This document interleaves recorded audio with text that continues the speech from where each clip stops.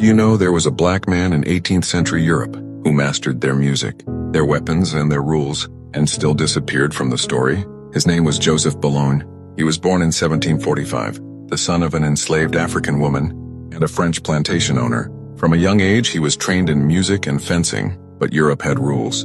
In the 1700s, musicians only rose to power if they were accepted into elite salons, academies, and royal courts, private spaces controlled by white aristocrats. These were the rooms where careers were decided, and Joseph Boulogne was not meant to be there, not because he lacked talent, but because he was black.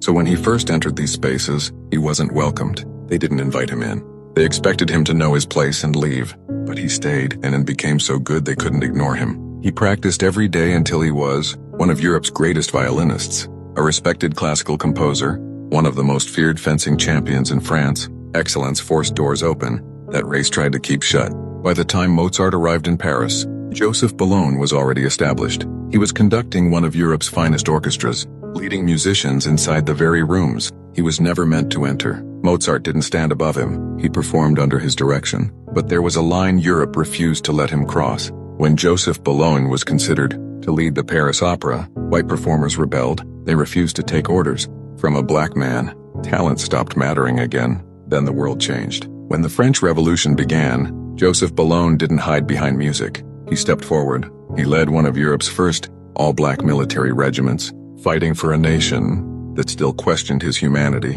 When he died in 1799, his music remained, but his name slowly disappeared. For generations, Europe played his compositions without teaching who he was. They replaced his identity with a nickname, the Black Mozart. But history knows the truth. He was never an imitation. He mastered their world, and that is why they tried to erase him. History remembers the powerful.